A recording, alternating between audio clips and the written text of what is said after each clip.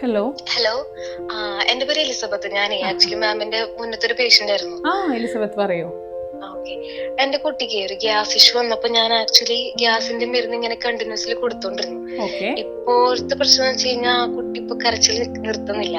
Okay. ഇപ്പൊ ഞാൻ actually കൊടുക്കാൻ കാരണം ഞാൻ ഗൂഗിളിൽ ജസ്റ്റ് സെർച്ച് ചെയ്തപ്പോ പെട്ടെന്ന് കണ്ടൊരു സൊല്യൂഷൻ ആണത്. ഓക്കെ. കണ്ടിന്യൂസ് കൊടുക്കുമായിരുന്നോ?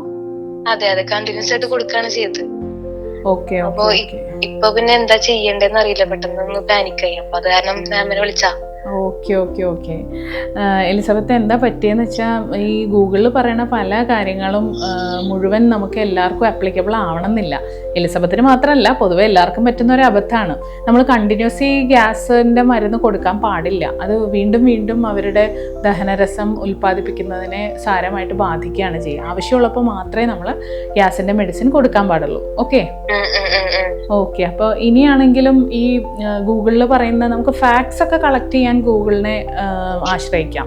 ശരിക്കും പറഞ്ഞ ഒരു one size fits for all എന്നുള്ളൊരു തിയറി നമുക്ക് വർക്കാവില്ല അമ്മയുടെയും കുഞ്ഞിൻ്റെയും കാര്യത്തിലും. കാരണം ഓരോ അമ്മയും കുഞ്ഞും ഡിഫറെൻ്റ് അല്ലേ. പിന്നെ ഇപ്പോൾ വേറെ ചില കണ്ടീഷൻസ് എനിക്ക് പേഷ്യൻസ് ഒ പിയിലൊക്കെ വന്നിട്ട് പറയണത് അവർ ക്വിക്കായിട്ടുള്ള റെമഡീസ് വീട്ടിൽ തന്നെ ഗൂഗിൾ നോക്കി ചെയ്യുന്നവരുണ്ട്, സെൽഫായിട്ട് ഡയഗ്നോസ് ചെയ്യുന്നവരുണ്ട്.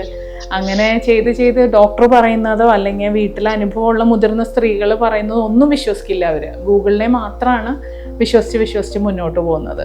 ഇനി ഇതുപോലെ വിവരശേഖരണത്തിന് മാത്രം ഉപയോഗിക്കുക, പക്ഷെ എപ്പോഴും ഒരു എക്സ്പേർട്ട് ഡോക്ടറുടെ അടുത്ത് തന്നെ പോയി കാര്യങ്ങൾ കമ്മ്യൂണിക്കേറ്റ് ചെയ്യുക. ഓക്കെ. കാരണം കൂടുതൽ വിവരങ്ങൾ കൂടുതൽ ആശയക്കുഴപ്പമാണ് ഉണ്ടാക്കുന്നത്. ഓക്കെ ശരി. Okay Elizabeth. ഓക്കെ.